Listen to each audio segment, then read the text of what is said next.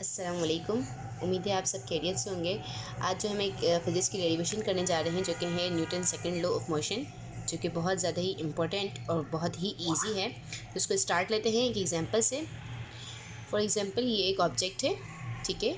ये state of rest में है अभी, और हमें ये बात पता है जब भी कोई बॉडी स्टेट ऑफ रेस्ट में होती है तो इसकी इनिशियल वेलोसिटी होती है 0, ठीक है। अब मैंने इस बॉडी पे फोर्स अप्लाई की और इसने अपना स्टेट ऑफ रेस्ट को चेंज करके स्टेट ऑफ मोशन में आ गई, ठीक है। मतलब इसकी वेलोसिटी में क्या आया, चेंज आया। ये यहाँ से लेकर यहाँ तक आई, इसकी वेलोसिटी में चेंज आया विथ रिस्पेक्ट टू टाइम। तो हमें बात ये पता है जब भी किसी वेलोसिटी में चेंज आएगा विथ रिस्पेक्ट टू टाइम तो वो एक्सेलरेशन कहलाएगी, ठीक है। तो यहाँ पर पहले पॉइंट में हमें यही बात डिफाइन की गई है, when a force is applied on a object it produce acceleration in direction of force. जैसे ही मैंने बॉडी पे फोर्स अप्लाई की थी उसने डायरेक्शन अपनी पोजीशन को चेंज किया, रेस्ट से वो मोशन में आई, वेलोसिटी को चेंज हुआ, मतलब इसके अंदर क्या प्रोड्यूस हुई, एक्सेलरेशन प्रोड्यूस हुई इन डायरेक्शन ऑफ फोर्स। अब इन डायरेक्शन ऑफ फोर्स का मतलब क्या कि जिस डायरेक्शन में आपकी फोर्स अप्लाई की जाएगी उसी डायरेक्शन में एक्सेलरेशन प्रोड्यूस होगी। फॉर एग्जांपल मैंने इस डायरेक्शन में फोर्स अप्लाई की थी तो एक्सेलरेशन भी इसी डायरेक्शन में प्रोड्यूस होगी। अब नेक्स्ट स्टेप पे जाते हैं, इसका स्टेप नंबर 2 जो कि बहुत ही ज़्यादा इंपॉर्टेंट है, इसको भी एक एग्जांपल से ही समझते हैं। फॉर एग्जांपल ये एक बॉडी है, 5 kg का इसका मास है, और सेम बॉडी है जिसका भी मास सिर्फ 5 kg है।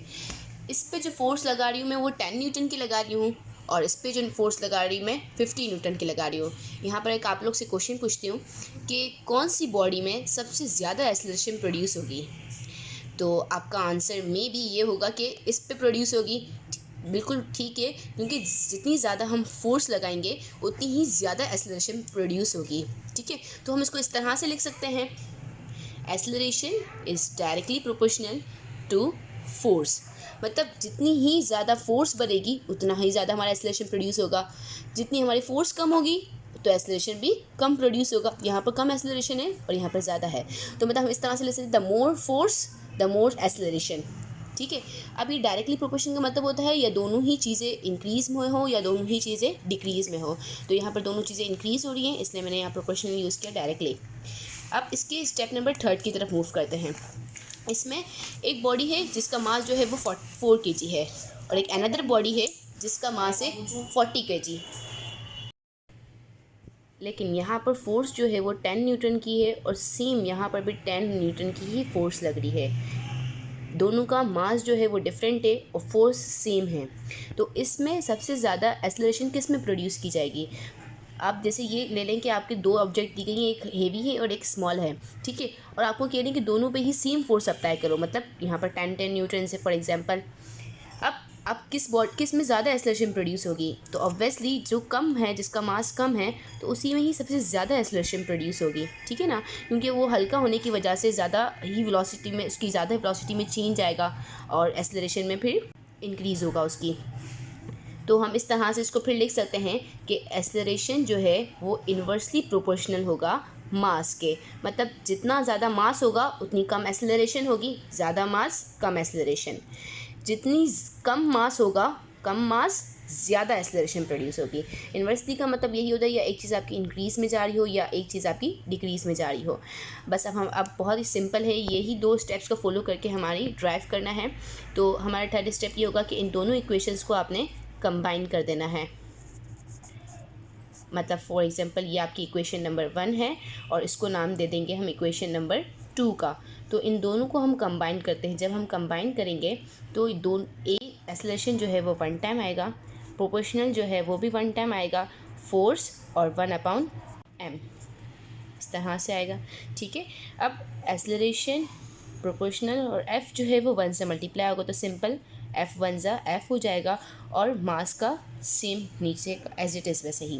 अब फिज़िक्स का एक रूल है, जब भी हम प्रोपोर्शनल को हटाते हैं, रिमूव करते हैं, तो इक्वल की साइन लगाते हैं और कोई कांस्टेंट लगाते हैं, और इस लॉ का कांस्टेंट जो है वो है आपका k, ठीक है। कांस्टेंट यहाँ पर k है, तो मैं कांस्टेंट की जगह आपका लिख दूंगी डायरेक्टली k। आप डायरेक्ट ये स्टेप कर सकते हो, ठीक है। तो कांस्टेंट की जगह मैंने डायरेक्टली ही k लिख दूंगी। कांस्टेंट जो होता है वो जो साइंटिस्ट है वो अपने हिसाब से ही रखता रखते हैं अपने अपने लॉ में, तो इसमें न्यूटन ने के रखा हुआ है और के की वैल्यू एसआई यूनिट में है 1। तो सिंपल में के की जगह लिख दूंगी 1, मतलब इस तरह से कुछ हो जाएगा। ए इज इक्वल्स टू के की जगह आ गया 1 आपका, और एफ और एम मास का मास।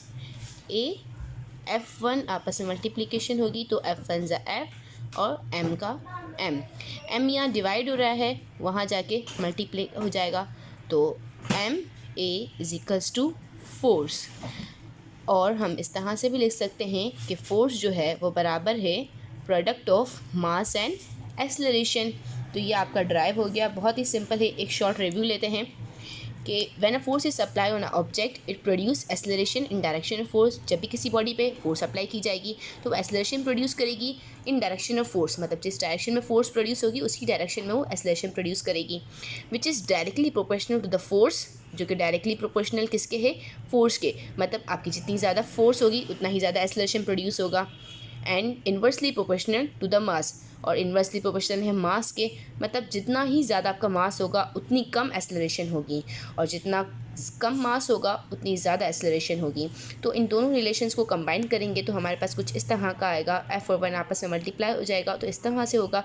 और फिजिक्स का रूल है, जब भी हम प्रोपोर्शन को रिमूव करेंगे तो कोई इक्वल की साइन लगाएंगे और कोई कांस्टेंट लगाएंगे, और इस लॉ का कांस्टेंट है के, तो के मैंने पुट किया, और के की वैल्यू एसआई यूनिट में जो कि है 1, तो के की जगह सिंपली 1 पुट कर दिया। इन दोनों को आपस में अगेन मल्टीप्लाई किया, F1 ज़ा F और M यहाँ डिवाइड में है, यहाँ पर आके मल्टीप्लाई हो जाएगा। M A is equals to force, F is equals to M में, सिंपल।